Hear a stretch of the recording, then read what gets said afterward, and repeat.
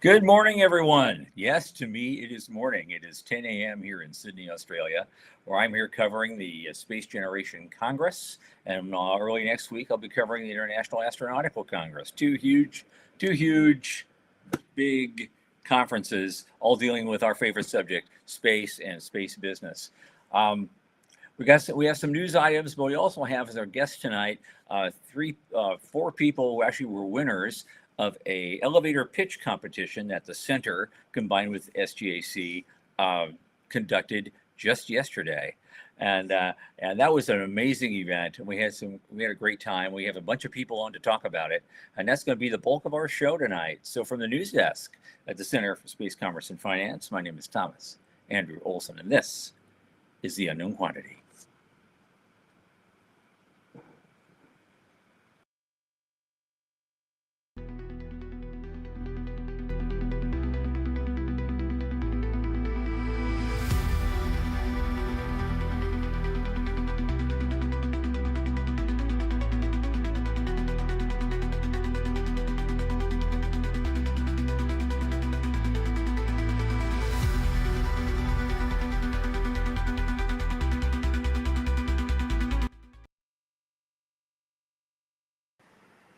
Okay, as you know, everyone, of course, this show is sponsored by the Center for Space Commerce and Finance.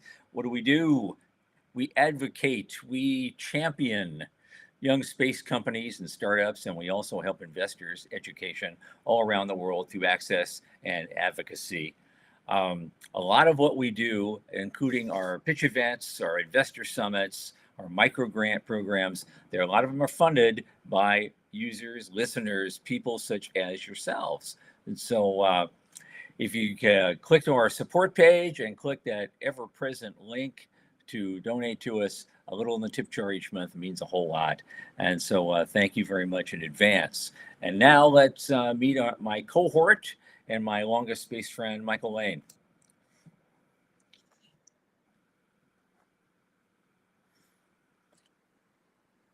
There he is. There we go. And hey. I didn't make any cult religion, comments this morning. So no more. A welcome break for you. I'm sure that's coming. Yes, right. So how is it down under? How's IAC? How's Space Jet Advisory Council events? How's your jet lag? How's your hotel? How's things going? The hotel is actually much better than I thought it would be. It's got the right amount of amenities. It's got a safe for my laptop. Sometimes I don't always get that in these places.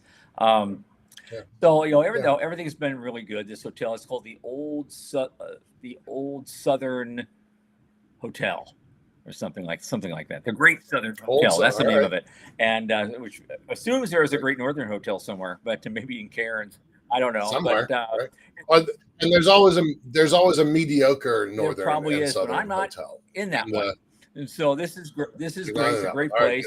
It has kind of an Art Deco vibe to it. It's an older hotel, but it's fully wired up for the 21st century. And their standard Wi-Fi is free, but I only get 5 megs a second. But if I pay them $5 extra for a full day, a whopping $5 Australian, by the way, I can get 20 megs a second. All right, yeah. And so I pay for that today just to make sure we have enough bandwidth to do this show properly. Sure. And so it's a lot of fun. It's been great. It's about 20 degrees cooler here than it is in my native Florida right now, and drier air, which makes me happy.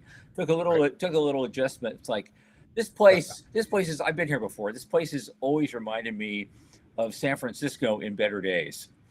When it has that vibe. It has a certain vibe to it, and a certain culture to it. There's lots of streets with lots of little shops and restaurants and all sorts of interesting things to gawk at.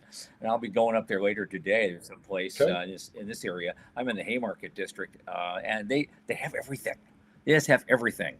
And so I may shop for a new shirt. I don't know. I'm going to do something. But the Space Generation Congress. Okay. Yeah, another hat. Space Generation Congress is pretty amazing. There's only about 150 delegates come to this thing, and it's a very comfortable crowd, and everybody knows everybody. And there's it's just a lot of fun to watch stuff. And I've had someone from Vast spoke here yesterday. Some woman from the UN. Oh, Vast. Yeah, sure. Brian Cox, a famous UK physicist, was inspiring everybody about the promise of space. It was just, there's been some amazing people coming on and teaching these people stuff. And we were lucky. We put together, and Marcelo Bolt will be here in a few minutes to talk about it as well. We put together something you guys know about. The center worked with the Space Generation Advisory Council to put on a business pitch event, an elevator pitch competition. And so the simulation was that, okay, you've gotten in an elevator and all of a sudden Elon Musk or Jeff Bezos or Jared Isaacman, let's say, get in the elevator with you. Right. Or Candace Johnson, she's good. What do you say? What do you say? You got a 3-minute elevator ride, go. And they actually had slides. That was something they pulled on me. I was going to say no slides, just talk. But they put in slides, and they only were allowed like 2 or 3, and that's because I thought these slides. Okay, I relented because I thought, okay, listen, you're in an elevator and you're carrying a smartphone, so you might have a couple of images on your smartphone that would be convenient to show at that moment. And so I had to let that in for that reason. They ran off into the earth with it. That's another conversation for later in the podcast. But because we didn't do a boot camp, there was no time for that. There's no time for that. I'll explain some bits about that some people might think are funny. Maybe they're not, but we're going to find out. So that's what's going on now. It was just the first day of the Space Generation Congress. There are 2 more days. It's going on right now as I'm talking to you. And the people who are going to be talking to you later are actually at the venue, and they somehow found a quiet place with an internet connection that they could talk to us today. I'm so glad they made it. I know it's an hour out of their lives, and I appreciate it very much. But I think it's good because our job is to showcase you guys as well. I mean, that's why we call the show. That's one of the reasons we call the show The Unknown Quantity, because you will not be an unknown quantity when we're done. And that's our pledge to you. That's what we want to do. So, Michael, how you doing? How's it going out there? I know you're just all pining because I've been absent. I know. It's good. It's it's great. It's officially fall in the Pacific Northwest of Washington State, Seattle. Everything's good. I'm moving. That's big news. Okay. You found a place. So good. So that's good. Yep. You'll be closer to your mom. Let's jump. Yeah, to be closer to mom because of her incident last months ago. Yeah. Right. Yeah, exactly. All right. Let's jump into the news. We don't have a lot to talk about, and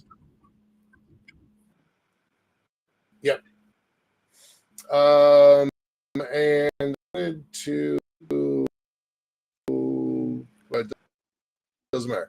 All right, so this one up is that's frozen. There we go.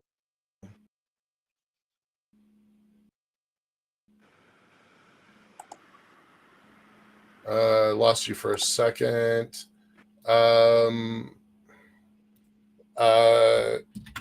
Chinese G-Space secures almost 300 million, 281 million for an IoT constellation and the global headquarters. We have talked many times about kind of watching the Chinese program develop. It's different from our own. But it's worth paying attention to, right? They fund it differently. They operate it differently. Say again? 281 million is not chump change either. So right. That's worth and it's and that is the deal of the week this week. Usually last week it was 200 million from Apex, and the week before it was 19 billion from SpaceX, and so the money adds up. It piles in pretty fast. So nice job to the folks in China. They're building out the kind of national capabilities, which we've seen most of Europe start to do. Canada launches their first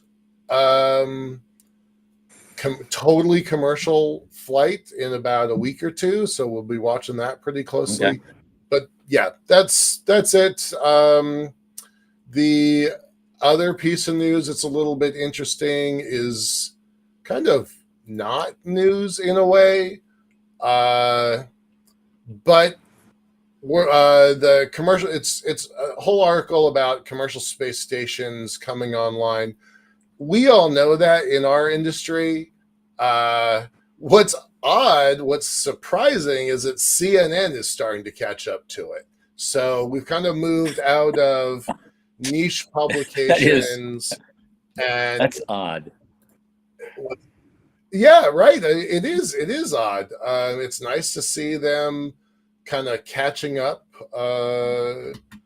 And it's a pretty good rundown of the commercial launch space stations platforms. It's not complete. They definitely are missing some folks, but they've got most of the big ones.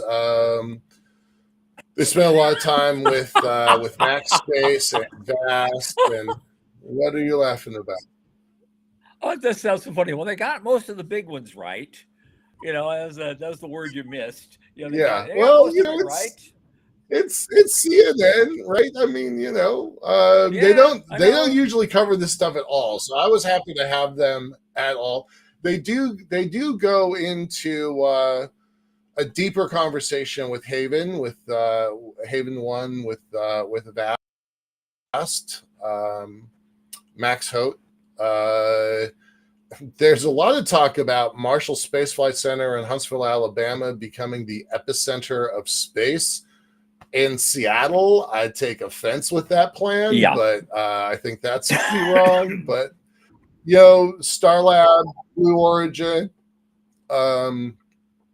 Axiom.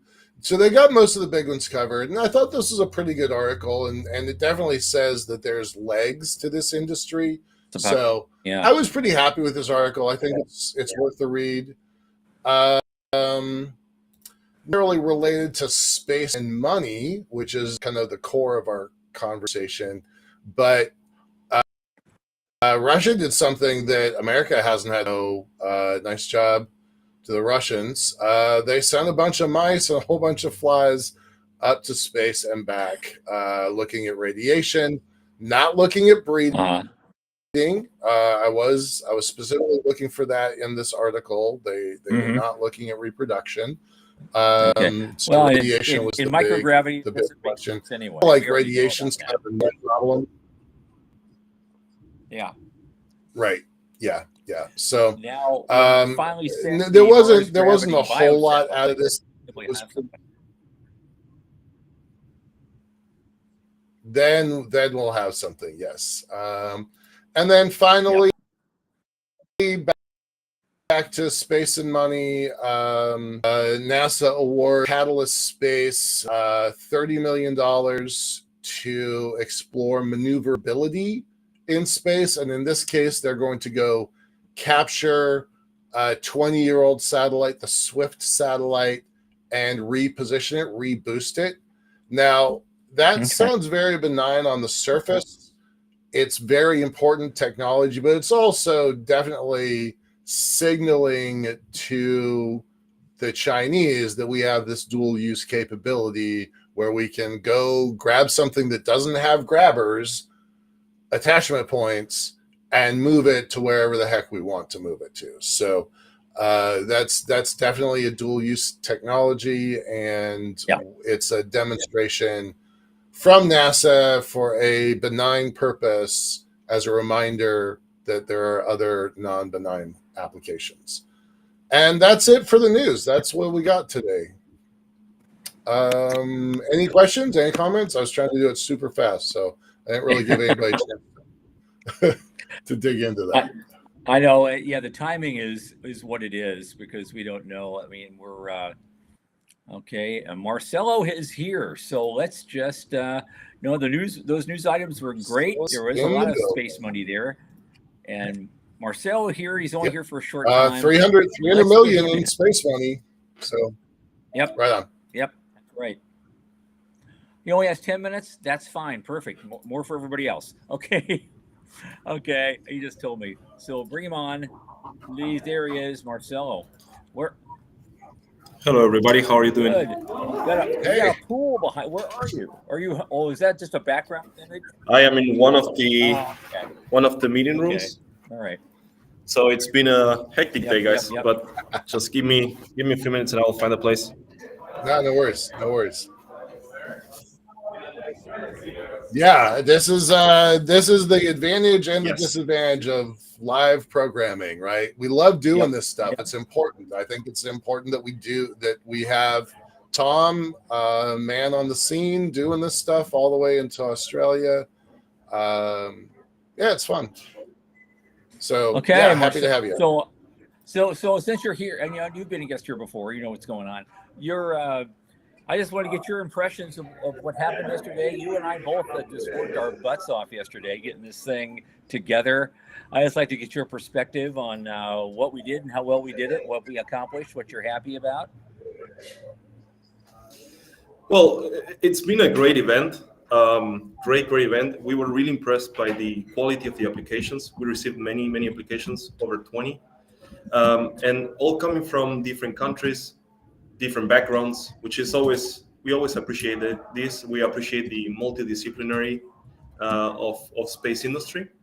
Among the 10 finalists, 8 finalists we chose in the end, we've got really different and really exciting business ideas. So I'll get the winners talk more about them. But we had from space debris mitigation to radiation treatment. We also had rotating detonation engines. We had advanced electronics for space. It was just fantastic. And what we were really impressed is how well prepared the finalists were. Yeah. They tackle market, they tackle business ideas, they tackle customers. It was very complete, and I mean the feelings are nothing but positive. Right. What really in 3 minutes they covered all of that, so that's fantastic. I was going to say, although we had 3 winners that clearly stood out, I didn't think any of the companies who presented were specifically really bad. I think we had the finalists that we picked were actually all of them really had something interesting to offer, and the judges themselves, of course, which were you and Jose and Hussein, all asked very good questions and made them think a little bit on their feet, which is always an interesting thing to do, especially when you're new at this and you don't know what to expect. And they fielded those questions really well. Yeah, exactly. It was amazing because what we really liked with the judges is, as you said, it was a really tight competition. In the end, small details made the difference, as they usually do. So the winners had that, I would say, that bit of an edge, but not to discourage the rest, but they were just fantastic as well. I have nothing but positive feelings, honestly. And I think if they continue on their path, they will for sure do fantastic things. I absolutely agree with that. And I think if we continue along this path, we're going to end up doing fantastic things, hoping to work together with SGAC in a longer-term arrangement. You and I have talked about that, and we're going to talk about it a whole lot more going forward. But I think we're off to a great start. I think the crowd will like it. Oh, yeah, for sure. For sure. I think the overall execution of the event was fantastic. I really like how supportive the SGC team was here. They were really trying to work everything and make everything running as smooth as possible. So actually, kudos and congratulations to all of them. They gave us this flexibility that we needed to pull this off, this type of event. And I think the feelings are just nothing but positive. Let's dig into the math of this a little bit. So there's 150, 175 delegates, and we had, I'm going to make up a number, about 15 or so applications, maybe a little bit more. So about 10% of that audience decided to, and each application, each team usually is teams. So about 10%, maybe 20% of the people that attended actually submitted to the competition. Is that? Yeah, we had 20 applicants. Yeah, 20 applicants. But assume most of those applicants were 1 or 2 people, maybe 3 people. That's 20% of the total attendees got into the competition. So that's really cool. I was a little surprised by that. Those are good numbers. I like them. And also you have to take into account that we had a very good reach outside of the delegates. So we also had applications, a few of them, maybe 3 or 4, coming outside of the SGC delegates. So it tells you that this event actually has a lot of potential. People are interested in developing their entrepreneurial side. So nothing but positive. You know, when Tom started doing this 15 years ago, roughly, that wouldn't have been true. So it's really cool to kind of see that trajectory. So nice job, both of y'all. That's great. Yeah, it was fun. It was exhausting, but it was fun. Good. One thing I want to add is the event didn't actually end when it ended. So right after we went for some drinks, there was a more like informal environment, and a lot of people came over, ask a lot of questions, like ask for advice, like for example, how can I start my company? Great.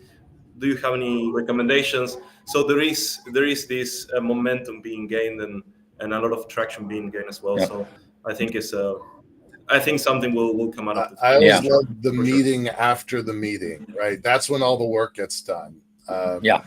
When you're doing your public presentation and you're kind of on script, that's important work.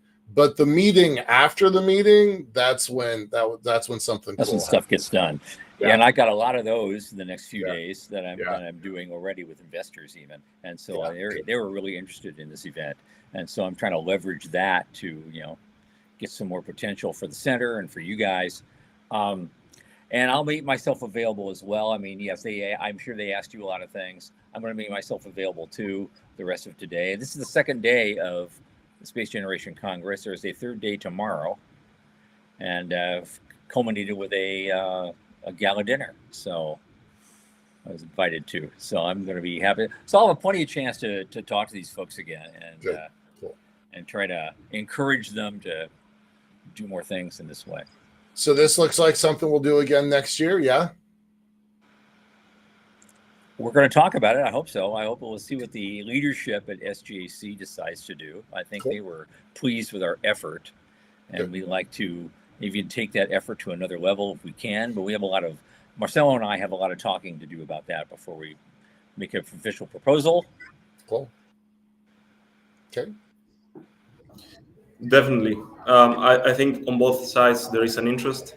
We have to discuss about it and see how we can best move forward in the future for the next IAC or for the next SGC and so on. But yes, I think a long-term relationship can be awesome.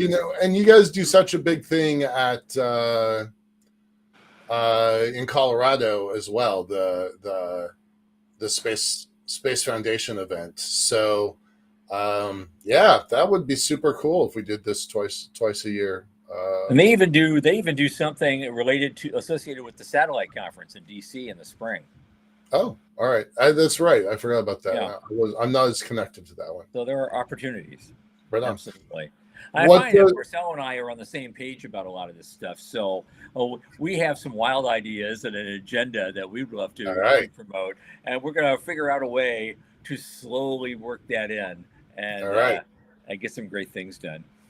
Well, trying to be cognizant of Marcelo's time. What's on the agenda today, Marcelo?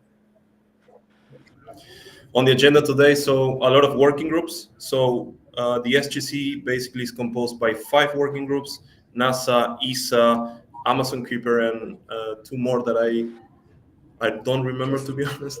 But then we have a lot of things, a lot of panels. We just had a panel with the people from D-Cubed in Germany, HEO, I think it's also an Australian company. So a lot of things going, really dynamic. Today we have a Space Night event. We are having a small informal party in a boat, and then tomorrow the last day of the working groups, as well as the gala dinner. So a lot of things to do still, but going great. It's coming along pretty nicely. Cool. Pass you on and let you go with the rest of your day. Good luck, and we'll see you next year. All right. Yeah, we'll see you guys. Thank you for bringing me here. Okay, have a good one. We'll see you soon. Great. Bye. All right. A wonderful time was had by all. We're going to have more to come. So, so now we got out. Marcel got out a little early. It leaves more time for the rest of our guests. Bring them on. 2 of the 3 winners from yesterday were able to make it here to join us this morning. I'm sure glad you did. And as I said in the pregame show, we had the 3rd guy from a company called Equilibrium built that special jet engine. He'll be on. He's agreed to make some time to be on with us, this coming Tuesday or Monday night for you, and we'll get to talk with him a little bit as well, because we also have another guest on Monday. So yeah, bring him on. Bring him on. Who do we have here? We have Leonie Gesteiner from a company called Orbit Out, Kaylee Lee, Dennis Acker, and Vincent Itari from a company called Arcturian, and they were both big winners today. Leonie, I'd like to start with you, since you're all by yourself. These guys are the rest of these guys are gonna be a tag team, so I guess, and they know how to do it. And I'm gonna mention that a little later. I'd like you just to tell us about who you are, what your background is, how you got into the space world, and what your company's all about. Yeah, so hi, thank you for having me here, and thank you for the big opportunity that the startup pitch competition was. So I'm Leonie Gesteiner. My background is, so I'm a Swiss student. I first studied chemistry in my undergrad, and now I'm studying aerospace engineering for my master's degree. So Orbit Out is a project where we started in 2022. At the end of 2022, it was just an idea that we one day had with the rest of my team about space debris deorbitation. So the main idea and the main concept of this project is a chemical docking mechanism based on polyurethane foam. So it's a big mix between my chemistry and aerospace engineering background and current studies, which is why I'm so passionate about it as well, because it's a rather rare mix in the space community. Okay, so what does your technology do? Why did you win? What did you do? Why did I win? No, I think our project is rather innovative. It also tackles space debris deorbitation, so it's more of a sustainable side of things that people tend to appreciate because it's a necessity, right? We have this big problem of space debris that is currently crowding all of our orbits, and we are all currently looking for active solution to reduce those space debris. So with our mechanism that basically allows us to stick our satellite to a space debris and push it out of the orbit to lower the altitude, we have a solution to this overcrowding of orbits because of those space debris. So I think it's an interesting idea. It also is very polyvalent because it's a docking mechanism that allows us to attach ourselves to different spacecrafts without needing pre-engineering, which is pretty innovative in the industry. Okay. All right. I know they asked you a few questions. This is the interesting thing. I got to say this because, after everybody made their presentations, I had all the teams come up on the stage, and we did while the judges were conversing, we had a little bit of Q&A from the audience. And the audience actually asked a lot of interesting questions. And most of those questions, it turned out, were divided between Leonie here and the guy from Equilibrium, who had to go home this morning. But it's funny, out of the 3 winners, those 2 companies got the most questions. And I don't know if that's just the audience is on the same page as the judges were. I have no idea how that worked out, but because also we had some audience participation in which there was a QR code on the screen, and they could go and do an informal ballot for kind of a People's Choice Award, and Leone won that one as well. And so everybody was on the same page. You know, no money for that one, just bragging rights, as I said. But I thought that was a very interesting tie-in, and because the judges had no idea what the audience was thinking, and vice versa, and everybody kind of came together. So, let's go to our other winners. Now this is interesting as well. We have Vincent Utari and Kaylee Lee and Dennis Acker. They had a 3-minute presentation with like 3 slides, I think it was. And they each managed to parse out the time. Each one of these people took a minute to talk about a specific aspect of their company. And they got it done on time. And I thought that was kind of extremely risky when you have a narrow window like that, to get all 3 people to talk about a different aspect and get equal time and pull it off and get it done. I thought that was absolutely amazing, and you're one of the winners. So one of you chime in, tell me how you did it, and tell me a little bit about your company. Okay, hi everyone. My name is Kaylee. It's Dennis and our co-founder Vincent. So yesterday actually got caught us by a pleasant surprise. Like we tried our best, but we weren't expecting it. But obviously we're going for the wing as well. So yeah, it's all very exciting, and thank you guys so much for the opportunity. Yeah, so for Afturian Space, as we all have a passion for space, and they really want to create that space industry in Australia. So currently, as we all know, the Australian space industry is still relatively small but growing. It's going to be big after IAC, and IAC will be a catalyst for the Australian space industry, just like what we have seen in 2017. Yep. IAC was hosted in Adelaide, and then see how it did for the Adelaide space flourished, the Adelaide space industry. So what we're expecting is industry. So that's why the 3 of us, we're like, it's the perfect time, the perfect location to do the perfect thing. So this is where Afturian Space is born, and we're going to launch rockets, generate that microgravity, give that opportunity for people, our customers, to utilize that payload space to do their own experiments. Can be anything, can be everything from additive manufacturing to in-space manufacturing to even space pharmaceuticals and medicine, as well as other R&Ds. Yeah. Okay, now you guys, I mean, you're doing launch. There's a lot of launch companies right now. What makes you guys stand out? Well, not many in Australia, besides from Gilmore, sure, as we all know. And how many seconds was the flight? Do we remember? Yeah. So our goal is to be big and beat them, and become the competitors basically. And then Australia, geographically, we have the land, we have the space, so it's perfect for launch and re-entry. Yeah. Okay. All right. Yeah. All right. And then our market, in the United States, there was about 150 space companies, and then little by little, most of them lost momentum and energy, and there wound up being, let's call it 6 and be generous, that have really kind of stood out and thrived. I don't think there's going to be 150 in Australia, but that kind of national capability is really important, and we've seen the whole industry shift away from,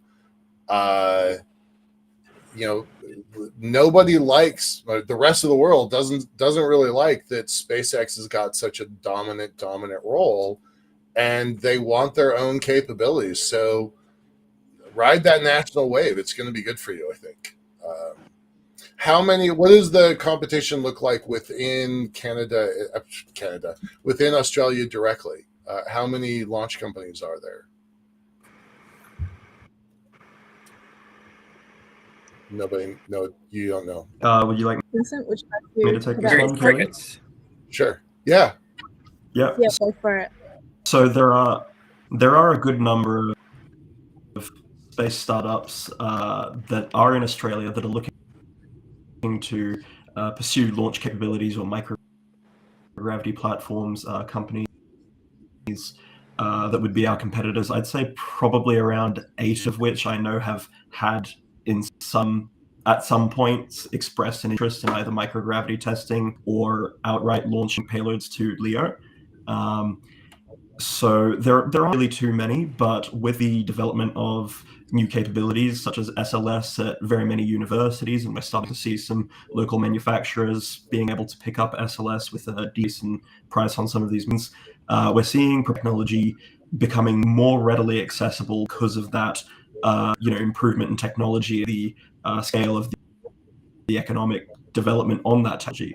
So with respect to why we believe we stand a chance is we come from a diverse background of universities, of institutions, and student groups as well, who have partnered and sponsored with many different companies across Australia, some of whom are developing component technologies for these microgravity platforms. And we believe because of how early we are, the connections that we have, and a lot of the new nature of these technologies, we have the ability to innovate early on and really establish a firm foundation in this industry while it's spreading at the moment.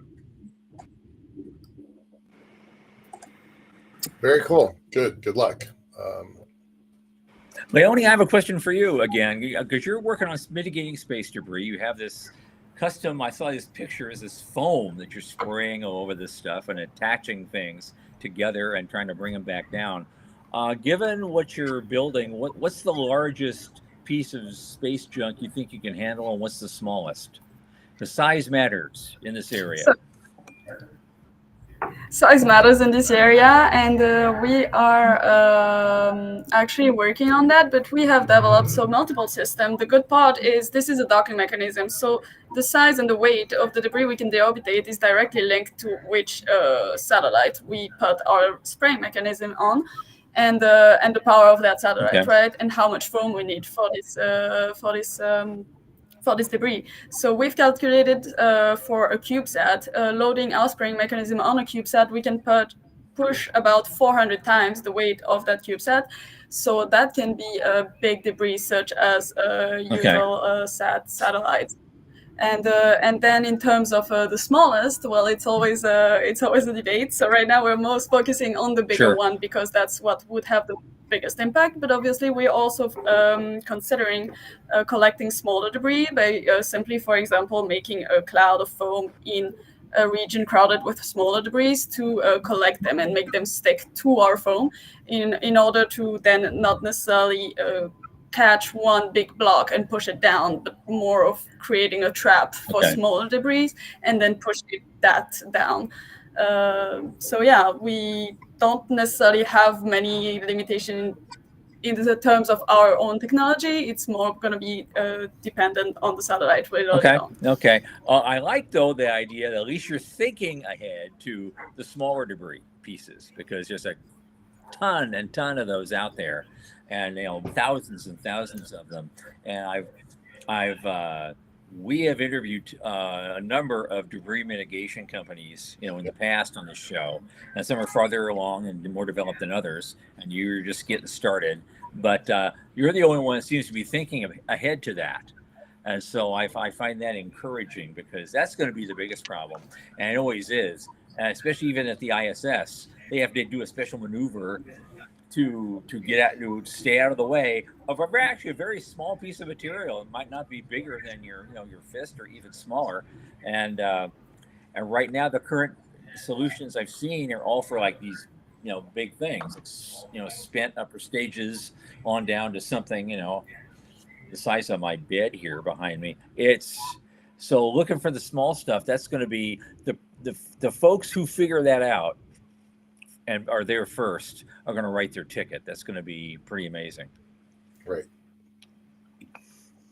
Okay, so you other folks, who are your customers right now? Do you have customers lined up? Who are what? Don't you have to say who you're talking to, but what kinds of customers are you talking to for what kind of service? So I might quickly answer that one. Okay. Sorry, I think there's a delay on my end, but we have a university or a few universities with research centers that quite often need to develop their space technologies from low TRL levels, and they're quite often looking to do these microgravity experiments, very short duration, just to observe specific either physics-based effects or biology-based, like cell interactions.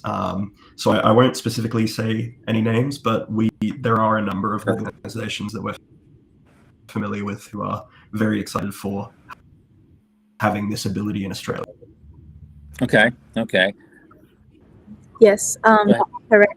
Adding on to it, yeah. So besides from research organization, there are government bodies and government research organization as well, where we can tap into, where they will be very much interested, such as CSIRO. Yeah, so CSIRO is a national body in Australia. It's a Commonwealth Science Institute, basically. They do a lot of experiments from science to engineering, from astronomy to space science, everything you can think of. They did a lot of studies even throughout COVID as well, like in cell biology. So yeah, there are a lot of customers in Australia, but what our goal is to also tap into the Asia Pacific market. So look into Asia, look at say Japan, look at say Malaysia, Singapore, and other countries in Asia who are also interested in this capability because they don't have their own. Okay. All right. I don't know. I can't remember which one of you is the numbers geek, but I want to just find out how are you doing on your ramp up operations? I mean, what kind of funding are you looking for right now? How successful have you been? Or are you still just ramping up and just getting out talking to investors for the first time? Just like know a little bit about that part of it. Because numbers count. Yeah, of course. We're looking for angel investors and we're looking at crowdfunding right now. So any support we can get from you guys is much, much appreciated. And then besides from angel investors, after we're getting that, crowdfunded for the beginning, we will be kicking off, working towards the creation of our minimal viable product. So you guys can all see, and then see, what everyone has been part of, what you are part of this creation as well. After that, we'll go into bigger investors, venture capitalists, looking into bigger rounds of funding. Yeah, that's all right. our strategy. Well, let's stay in touch, certainly, all of us, because I actually am having lunch today with the head guy at Sydney Angels. So, and he hasn't done it. And they do a lot of stuff. They put out 41 million for like 90 companies over the last 15 years. They've been around as long as we have, Michael. And they've also introduced about 91 companies to the world. And we have introduced 90 in our 15 years, and it just became 98 actually yesterday. So, we're going to have a friendly rivalry may ensue. We're going to find out. But they add a 0 to all the numbers that they're putting out as opposed to us because they're truly a VC group. We've got Gravitics behind. We've got Gravitics behind us. We do. It's hard to beat Gravitics. I'm sorry, but unless they've got another 300 million funded company in their back pocket, I think we're going to win that one. But but that's awesome. That's great. Well, so with your Kaylee, with your crowd raise, what are you trying to raise, and what's it going to be for specifically? Do you know yet, or is it too soon to tell? Yes, we do. Vincent, would you like to take this one? Sure. So most of our focus in fundraising is towards a minimum viable product. We want to establish a proof of concept, some form of microgravity platform that is not just, a rocket that you send and launch on a day, but a fully integrated system that gives good telemetry, good feedback, and a reasonable amount of reliability. And one of the biggest struggles with that is sort of the propulsion system. For those who don't know, the propulsion system in a lot of rockets is usually a very heavily regulated assembly. And there are quite often ITAR restrictions that come with that, and getting that sort of clearance in Australia for startups. So a lot of our focus is on developing this propulsion system and integrating it with the rocket. But for the time being, minimum viable product is focused on actually using off-the-shelf solid rocket boosters. Okay. Well, that's interesting you mentioned ITAR, because the other winner yesterday, who couldn't be with us, he's from out west somewhere. He's getting his PhD and stuff. And one of the reasons he said he came to Australia to do his work was because ITAR. He would have loved to finish his education in the States and do work for some big companies there, but because of what he was working on, the ITAR restrictions were too egregious for him to effectively do what he did. And apparently that's not the only thing. He's not the only guy this is happening to. So Australia is through no fault of our own, except for ITAR. Australia is attracting a lot of good talent that the U.S. might have gotten, or Canada, and a lot of ITAR is the best thing that ever happened to non-American space companies. Yes, right. I mean, it really is. Such a bonehead error on our part, but good for everybody else. That's exciting. Yeah. I remember when ITAR first got going, there were at least 3 Italian companies who were making incredible parts for our satellite industries here in America. And because of ITAR, they all of a sudden couldn't ship them in anymore. Right. So now, but they're still all working diligently. They're selling their stuff to somebody else, and they make really good stuff. Yep. It drives me nuts to see this, going on. I can't stand it. Leonie, I want to get back to you, because the other guys talked about the numbers. I'd like you to talk about yours a little bit. You're probably in the middle of a fundraise yourself. I'm just curious how much you're looking for in this round of funding, and where are you going to get it, and what's your plan? Yeah, so that is always a problem with space debris, right? Who's going to clean up space, because no one wants to claim the debris as theirs, and no one wants to pay for it, right? So our primary target for now for the development and this technology as customers would be space agencies, for the reasons that they all have big satellites in orbit, and they are setting up an example for then the private companies, because the regulations still have yet to be made stricter for this term. Right now, I think the regulation are still at 25 years for the orbitation of a single satellite, without any impact on the previously launched satellites and the one that are already in orbit. And the problem right now with space debris is the fact that the debris currently in orbit are still a problem, and still the population keeps expanding as they break down in smaller pieces, right? So right now we are looking for a rather small amount of money just to develop a prototype for the spraying mechanism, and then a larger amount is going to be required for the foam, because this requires a chemical lab, which is always hard to get when you are not a chemical company or a university, which is the downside of our technology. Thankfully, polyurethane foam is a pretty widespread and pretty known technology, so it should be fine. But right now we are getting funds from smaller competitions such as this one, as well as different grants and prizes to universities or our different countries throughout Europe, which are our main funders. Okay, so you're subsisting right now on grants and competitions like this one and other independent sources, but you're not in a position to sell equity yet. Yeah. Exactly. Until we have a prototype, it's rather complicated to have a definite contract. But this is why we collect smaller amounts to be able to build this prototype and then enter in a more serious, I would say. Okay. So not to put you all on the spot, because our grants come with, but here we go. Our grants are no strings attached, right? Our grants are really just to seed good ideas in fertile territory, fertile ground.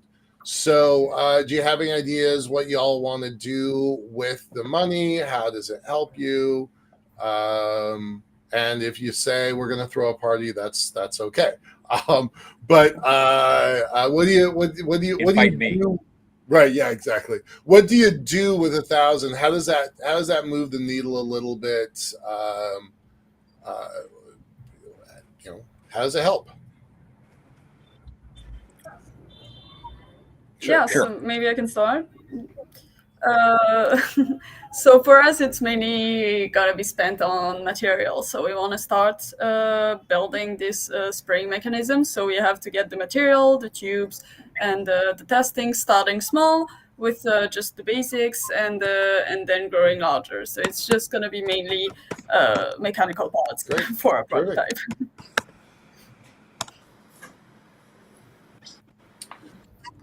Yeah.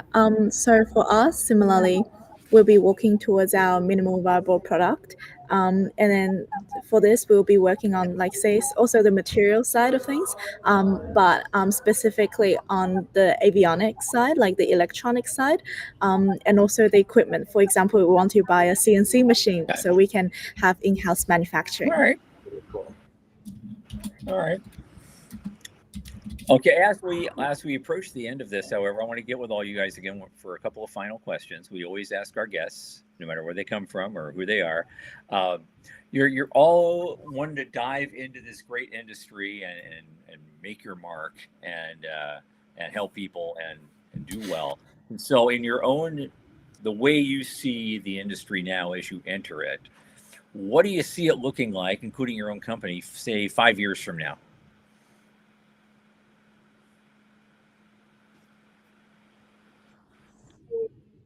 So okay. I'll start again. I like bold people. I think, yeah, sorry.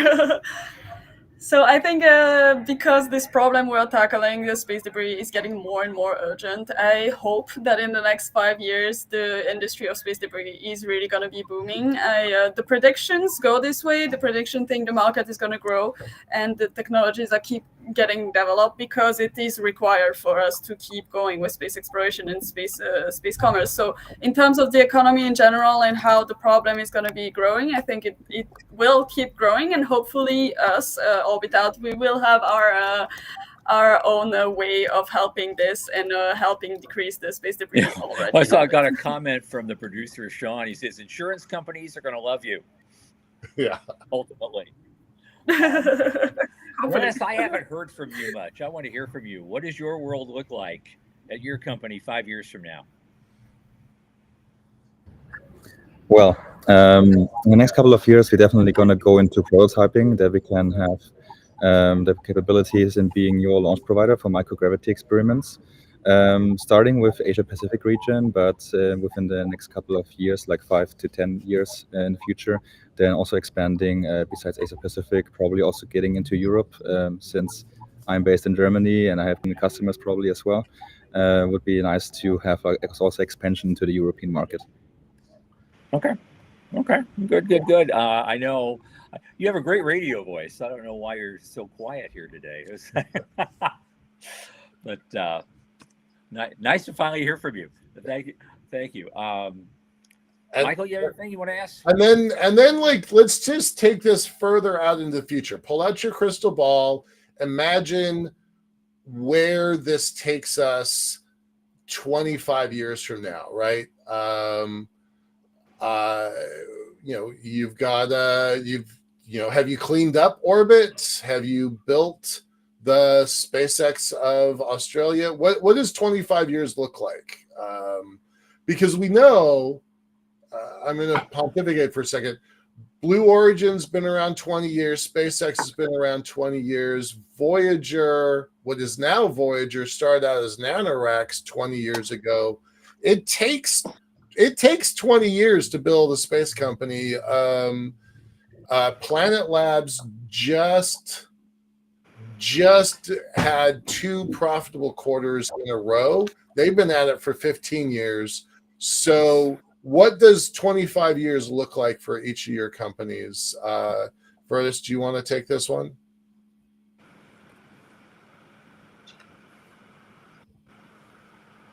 Goodness. Yeah, the connection was so bad. I was not really getting the question. Can you repeat it, please? Oh, sorry.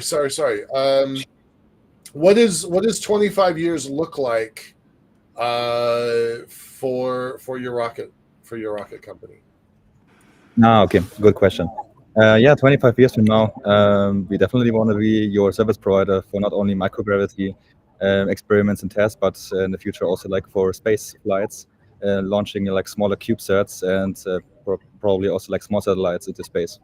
Yeah, but even besides from smaller satellites, we can even launch larger satellites. Say, our own provider, Optus, where Optus provides the internet broadband for the whole of Australia and New Zealand. We can launch their geo orbit satellites into space. And beyond that, it doesn't have to be geo. We can go further. We can launch satellites all the way to the moon.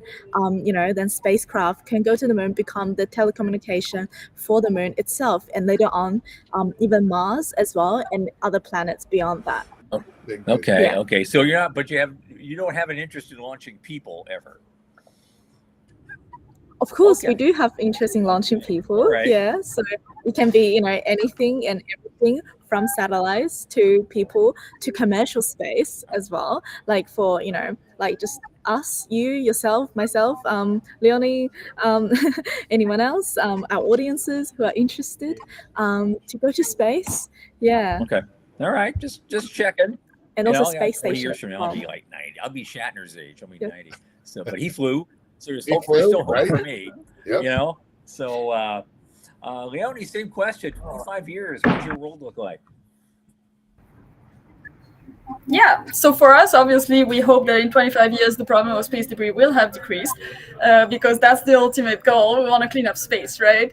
So we are hoping that in 25 years, there's much less big debris out there, and that then we can turn to this smaller debris collection methodology that no one has yet thought about because there is such a small market compared to the bigger debris.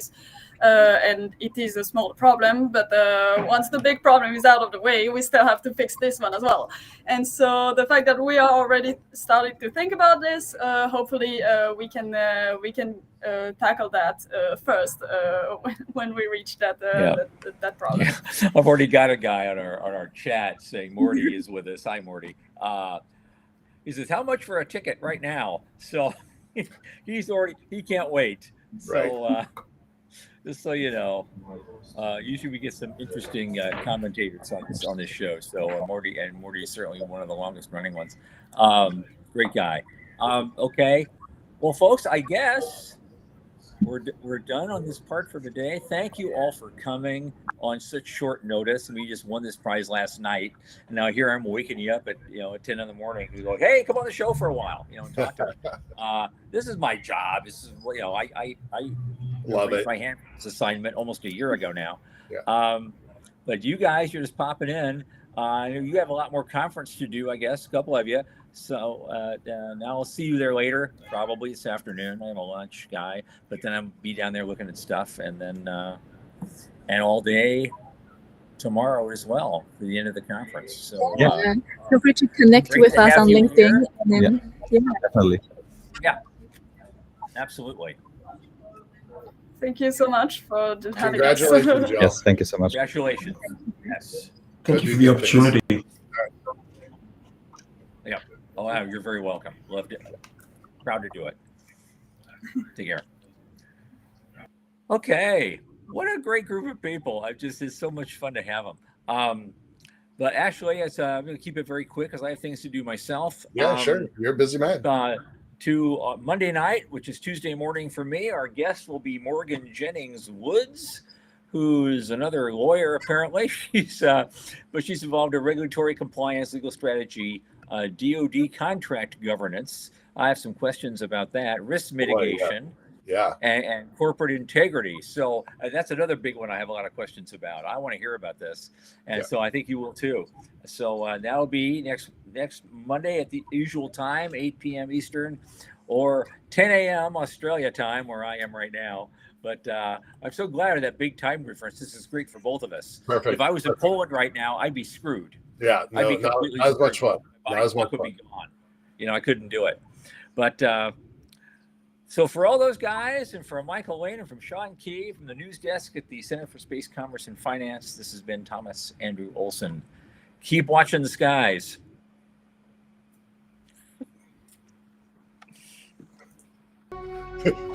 Yeah, that too. Yeah.